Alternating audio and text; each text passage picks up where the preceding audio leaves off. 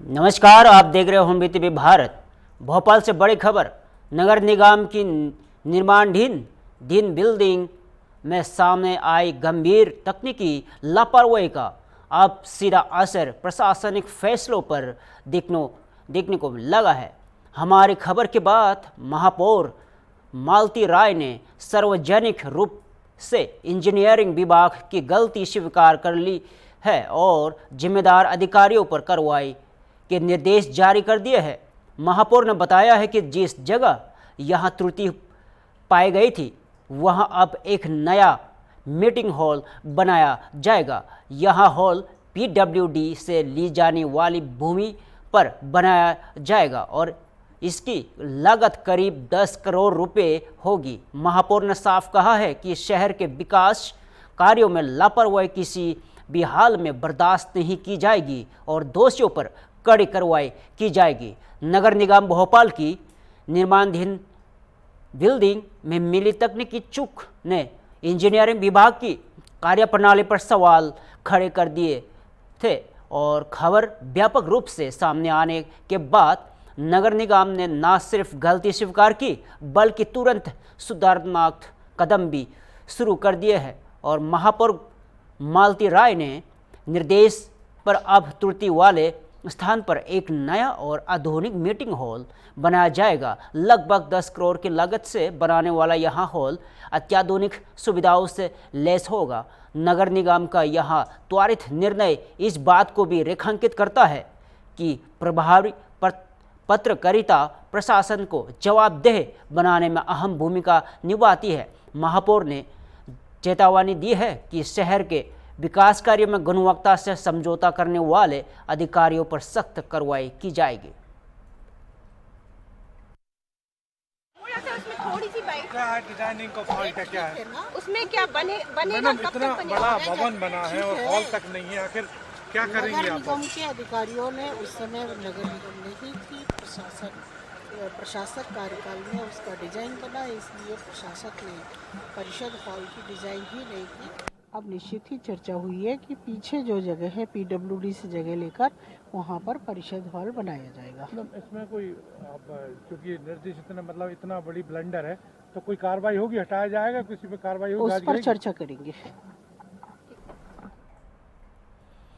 भोपाल से बड़ी खबर। देश भर में सरदार वल्लभ भाई पटेल की 150वीं जयंती को रन फॉर यूनिटी के रूप में मनाया जा रहा है। इसी क्रम में लखनऊ की मध्य विधानसभा क्षेत्र में उम्मीद अमीनाबाद स्थित झंडे वाला पार्क से रन फॉर यूनिटी कार्यक्रम आयोजित किया गया और कार्यक्रम में बड़ी संख्या में भाजपा कार्यकर्ता शामिल हुए और प्रदेश सरकार के उप मुख्यमंत्री ब्रिजेश पाठक ने भी पद यात्रा में हिस्सा लिया। यहां पद यात्रा झंडे वाला पार्क से शुरू होकर हजरतगंज स्थित सरदार पटेल की प्रतिमा पर जाकर संपन्न हुई और उप मुख्यमंत्री ब्रिजेश पाठक ने कहा कि सरदार पटेल के जीवन, विचारों और नीतियों को जन जन तक पहुंचाने के उद्देश्य से यह आयोजन किया गया है। उन्होंने इस मौके पर बिहार की जीत पर नीतीश कुमार को भी शुभकामनाएं दी और सरदार वल्लभ भाई पटेल की 150वीं जयंती को भाजपा सरकार और संगठन देश भर में रन फॉर यूनिटी के रूप में मना रहे। लखनऊ में मध्य प्रदेश मध्य विधानसभा क्षेत्र के झंडे वाला पार्क से पदयात्रा की शुरुआत हुई और कार्यक्रम में युवा, महिला कार्यकर्ता, स्थानीय लोग और भाजपा पदाधिकारी बड़ी संख्या में जुड़े और पदयात्रा के दौरान राष्ट्रीय एकता, सरदार पटेल अमर रहे और एक भारत श्रेष्ठ भारत के नारे गूंजते रहे। पद यात्रा हजरतगंज से पटेल प्रतिमा तक पहुंची, जहां फूलझली देकर सरदार पटेल की श्रद्धांजलि अर्पित की गई और उप मुख्यमंत्री ब्रिजेश पाठक ने कहा कि सरदार पटेल ने देश को एकता के सूत्र में पिरोने का जो काम किया वह पीढ़ियों को प्रेरित करता रहेगा। उन्होंने इस मौके पर बिहार में मिली जीत पर मुख्यमंत्री नीतीश को भी बधाई दी। हमारे कार्यकर्ता बंधुओं,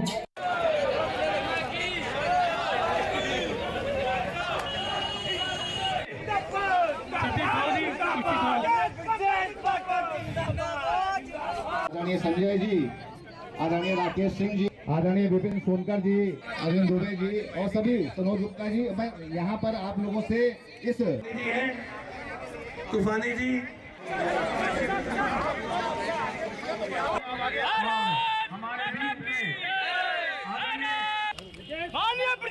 ने पूरे देश के पैमाने पर हर विधानसभा में धूमधाम के साथ रन फॉर यूनिटी के साथ जनसभाओं के साथ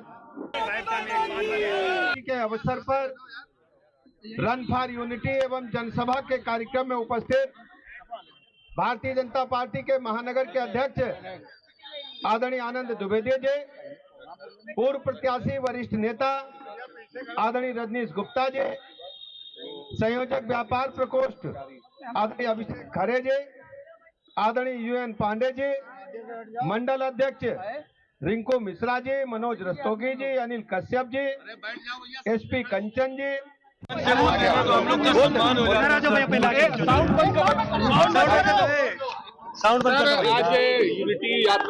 आज सरदार पटेल जी की 150वीं जयंती के अवसर पर लखनऊ की मध्य विधानसभा क्षेत्र में एक विशाल रन फॉर यूनिटी एवं जनसभा का आयोजन किया गया है।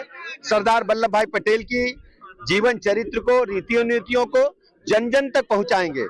लखनऊ के कार्यकर्ता घर घर जाएंगे और इस रन फॉर यूनिटी को सफल बनाने के लिए हजारों की संख्या में इस ऐतिहासिक पार्क में हमारे सभी साथी जुड़े हैं। मैं सभी का हृदय की गहराइयों से आभार प्रकट करता हूं। सरदार वल्लभ भाई पटेल जी के चरणों में श्रद्धा सुमन अर्पित करता हूं। कल हम सब कार्यकर्ता वहां इकट्ठा होंगे और बिहार प्रदेश वासियों को बहुत बहुत बधाइयां। नीतीश जी के नेतृत्व में राजग प्रचंड बहुमत के साथ सरकार गठन करने जा रहा है। सब प्रधानमंत्री जी की शशि थरूर तारीफ कर रहे हैं, कांग्रेस भड़क रही है। तो अच्छी बात है, सब लोग तारीफ करते हैं प्रधानमंत्री जी की, पूरी देश दुनिया तारीफ कर रहा है। समाजवादी पार्टी बुलेटिन ले आई है जिसमें भाजपा देखिए, समाजवादी पार्टी के पेट में दर्द हो रहा है। ये प्राइवेट लिमिटेड कंपनियां हैं, इनका जनता से कोई सरोकार नहीं है। संवैधानिक संस्थाओं पर लगातार सवाल उठाते हैं और ये इसलिए उठाते हैं कि फेस सेविंग जनता ने इनको स्वीकार करना। लखनऊ से बड़ी खबर है। मुख्यमंत्री योगी आदित्यनाथ ने आज अपने सरकारी आवास 5 कालिदास मार्ग पर आवास एवं शहरी नियोजन विभाग की महत्वपूर्ण बैठक की। वीडियो कॉन्फ्रेंसिंग के माध्यम से सीएम ने कानपुर, मेरठ, मथुरा और वृंदावन की अवस्थापना और कार्य योजनाओं की समीक्षा की। सीएम योगी ने अधिकारियों को विकास परियोजनाओं की प्रगति तेज करने और समयबद्ध ढंग से कार्य पूर्ण करने के लिए निर्देश भी दिए। बैठक में विभागीय वरिष्ठ अधिकारी मौजूद रहे।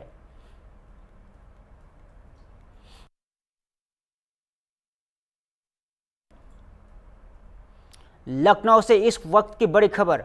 हजरतगंज स्थित गांधी प्रतिमा पर आज दिव्यांग महागठबंधन ने जोरदार प्रदर्शन किया। 50 से अधिक दिव्यांग महिला और पुरुष यहां पहुंचे और अपनी 27 सूत्रीय मांगों को सरकार के सामने रखा। मुख्यमंत्री को भेजे गए ज्ञापन में उन्होंने नौकरी, रोजगार और सुरक्षा की 100% गारंटी की मांग की है। और महागठबंधन के महासचिव वीरेंद्र कुमार ने दिव्यांगजन के लिए 5,000 रुपये मासिक पेंशन तय करने की मांग उठाई। इसी के साथ उन्होंने सामाजिक समानता कानून लागू करने और एक लेखपाल व मुख्य सेविका अभ्यर्थियों को न्याय दिलाने की भी मांग की है। दिव्यांग संगठनों का कहना है कि जब तक इन मांगों पर कार्रवाई नहीं होती तब तक उसका आंदोलन जारी रहेगा।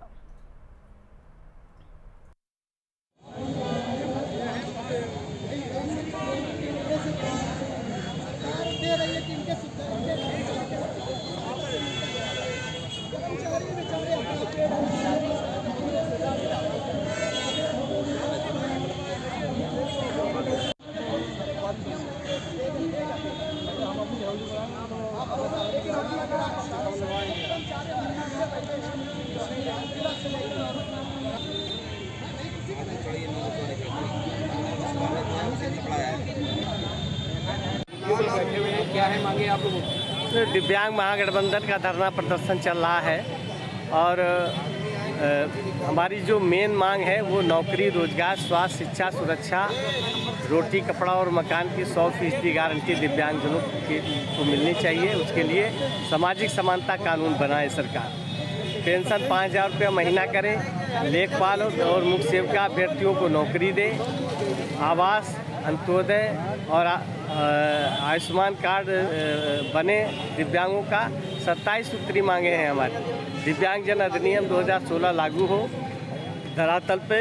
ये सब मांगों को लेकर के हम लोग 2.5 साल से आंदोलन कर रहे हैं और 6 बार जो है उच्च स्तरीय बैठक हो चुकी है शासन के साथ, लेकिन अभी तक कोई भी कार्रवाई किसी भी मामले में हुई नहीं है, जिसकी वजह से हम लोगों को यहाँ धरना प्रदर्शन करना पड़ रहा है। अगर सरकार ने हमारी बात नहीं मानी तो उग्र आंदोलन को मजबूर होंगे। उत्तर प्रदेश के 54 लाख दिव्यांग 2027 के चुनाव में फिर सरकार के विरोध में जाएंगे। नाम बता दिए। वीरेंद्र कुमार, महासचिव दिव्यांग महागठबंधन। लखनऊ से बड़ी खबर है। समाजवादी पार्टी छात्र सभा के कार्यकर्ताओं ने हजरतगंज चौराहे पर जोरदार विरोध प्रदर्शन किया। सैकड़ों की संख्या में मौजूद छात्र कार्यकर्ता समाजवादी पार्टी के राष्ट्रीय अध्यक्ष अखिलेश यादव पर एक निजी पत्रिका में प्रकाशित टिप्पणी से नाराज थे। प्रदर्शनकारियों ने विरोध स्वरूप पत्रिका को जलाकर अपना रोष व्यक्त किया और पुलिस ने स्थिति को नियंत्रित करने के लिए सभी प्रदर्शनकारियों को हिरासत में लेकर उन इको गार्डन भेजा। इस घटना के बाद इलाके में सुरक्षा व्यवस्था और कड़ी कर दी गई है। लखनऊ के हजरतगंज चौराहे पर आज समाजवादी पार्टी छात्र सभा के कार्यकर्ताओं ने प्रदर्शन किया और प्रदर्शन की वजह थी अखिलेश यादव पर एक निजी पत्रिका में की गई टिप्पणी। सैकड़ों छात्र कार्यकर्ता सड़कों पर उतर आए और विरोध स्वरूप पत्रिका को आग में हवाले कर दिया और पुलिस ने तुरंत हस्तक्षेप किया और सभी प्रदर्शनकारियों की हिरासत में लेकर इको गार्डन भेज दिया गया। स्थानीय प्रशासन ने इलाके के सुरक्षा बढ़ा दी गई है और अधिकारियों ने प्रदर्शन की निगरानी कर रहे हैं और इस तरह का प्रदर्शन राजनीतिक संगठनों के बीच तनाव और बहस को और बढ़ा सकती है। नहीं सहेगा हिंदुस्तान, नेताजी का ये अपमान, नहीं सहेगा हिंदुस्तान, नेताजी का ये अपमान, नहीं सहेगा हिंदुस्तान, नेताजी का ये अपमान, नहीं सहेगा हिंदुस्तान, नेताजी का ये अपमान, नहीं सहेगा हिंदुस्तान, नेताजी का ये अपमान, नहीं सहेगा हिंदुस्तान। मुर्दाबाद, मुर्दाबाद, मुर्दाबाद, ये टोटे मुर्दाबाद, मुर्दाबाद, मुर्दाबाद, नेताजी का ये अपमान, नहीं सहेगा हिंदुस्तान, नेताजी का ये में जो नेताजी के खिलाफ कोर्ट जारी किया है उसके खिलाफ हम लोग पुरजोर विरोध कर रहे हैं। जब तक इंडिया टुडे माफी नहीं मांगेगा हम लोग ऐसे ही विरोध करते रहेंगे। इंडिया टुडे मुर्दाबाद। 2016 का एक फोटो था और उसी फोटो को अभी रिसेंटली में मैगजीन में लगा के छापा गया है। ये बेनी गुप्ता जी बताएं इंडिया टुडे की क्यों छापा गया है, इसकी क्या जरूरत थी, वो हमें जवाब दें कि इस समय उस फोटो का क्या जरूरत है, क्यों लगाया गया है। अगर उसको हटाए पूरे तरह से विरोध करेंगे जो उन्होंने काम किया है वो उनको हटाना पड़ेगा। हम नेताजी के सामने ये गुस्ताखी बर्दाश्त नहीं कर सकते। उन्होंने जो फोटो छापी है इस फोटो को उनको डिलीट करना पड़ेगी।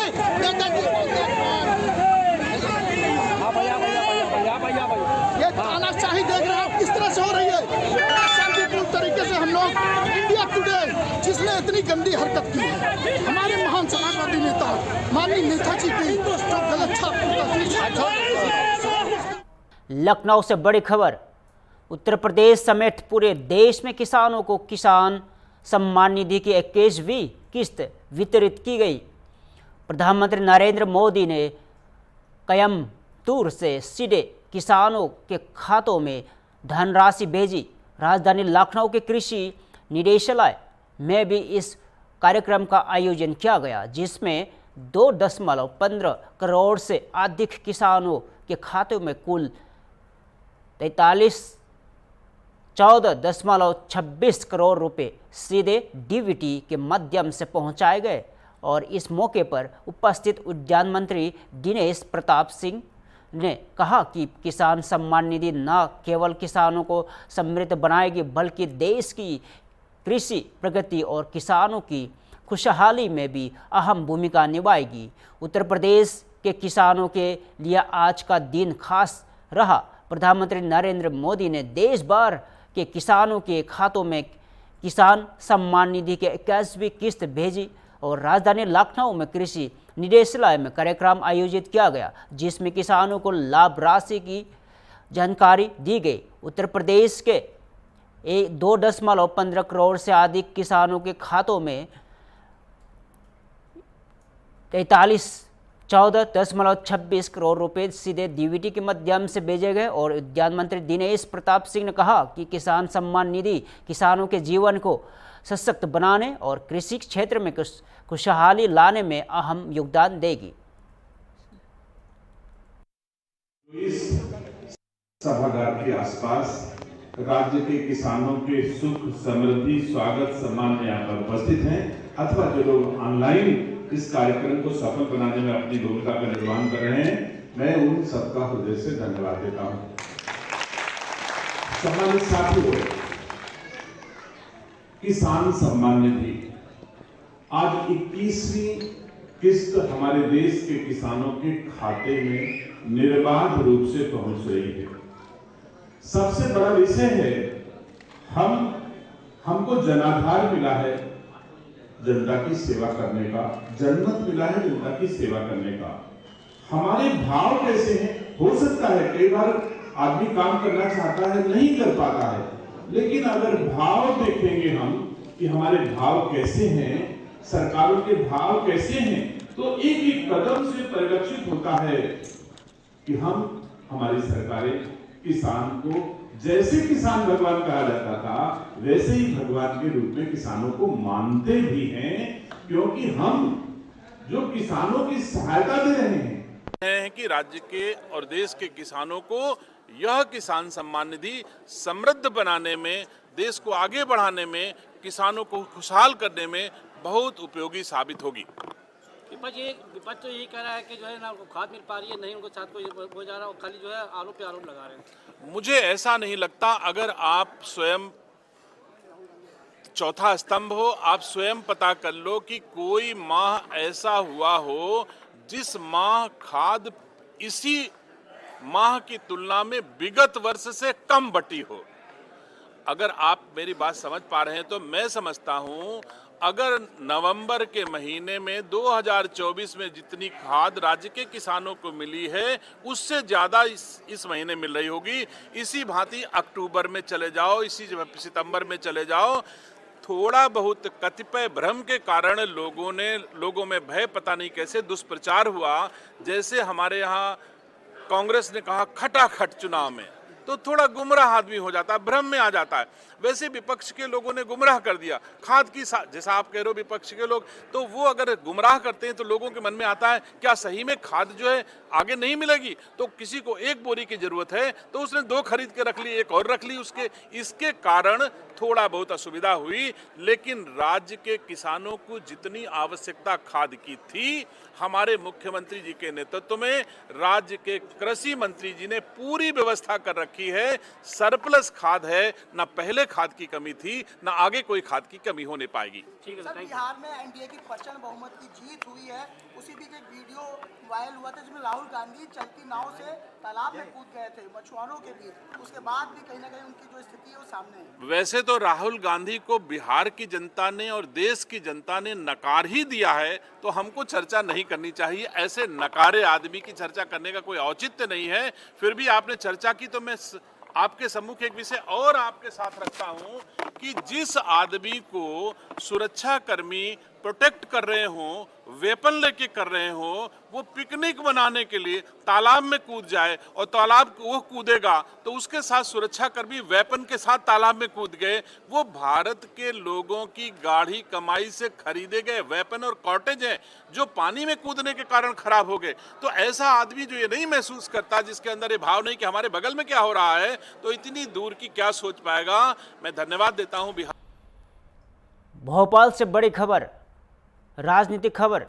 भारतीय जनता पार्टी की वरिष्ठ नेता और पूर्व मुख्यमंत्री उमा भारती आज भाजपा प्रदेश कार्यालय पहुंची, जहां उन्होंने प्रदेश अध्यक्ष हेमंत खंडेलवाल से मुलाकात की।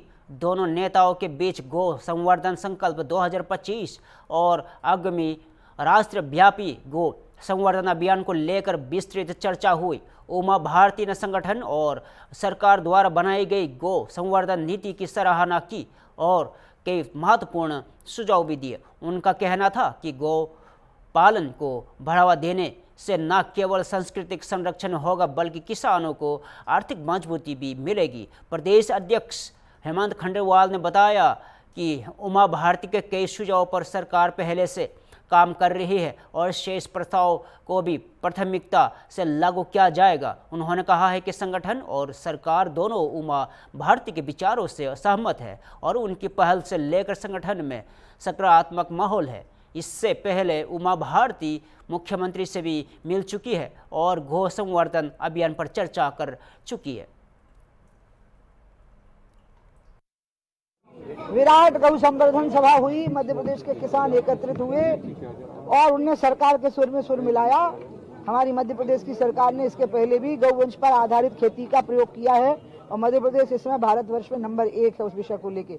अब आगे भी बात बढ़े, इसलिए कल मैंने मोहन जी को किसानों के पारित संकल्प दिए हैं और आज आदरणीय हेमंत खंडेलवाल जी जो हमारे प्रदेश अध्यक्ष हैं उनका सम्मान करने के लिए मैं स्वयं कार्यालय में आई और संगठन और सरकार और समाज ये मिल के प्रयास करेंगे तब गौ का संवर्धन हो पाएगा।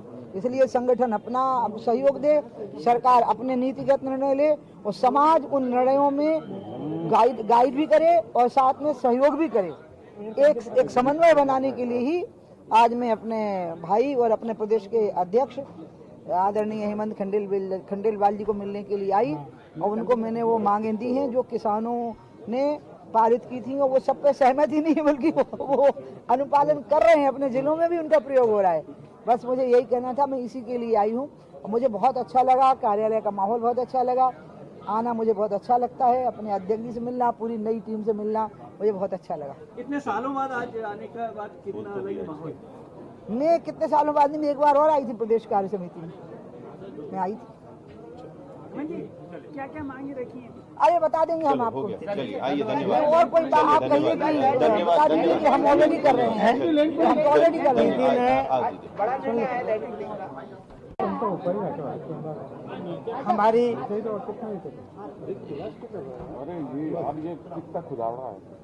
गौ संवर्धन को लेके जो सरकार की नीति है उसकी हमारी पूर्व मुख्यमंत्री जी हम सबकी आदरणीय उमा जी ने उसकी तारीफ भी की और उन्होंने कुछ सुझाव दिए। कल उन्होंने मुख्यमंत्री को सुझाव दिए थे, आज संगठन के प्रमुख के नाते मुझे सुझाव दिए हैं। उनकी सभी बातों से सरकार और संगठन सहमत है। इसमें से कुछ बातों पे तो काम चल भी रहा है और उन्होंने और कुछ सुझाव दिए हैं, उस पर भी सरकार अमल करेगी। ये सरकार हम गौ पालन को बढ़ावा दे, किसान को प्रेरित करे, गौ माता की सेवा करे और गौ पालन का आर्थिक पक्ष भी किसानों का मजबूत हो, किसान उसे पाले। फिलहाल के लिए इतना ही। ताज़ा खबरों देखते रहो हम टीवी भारत।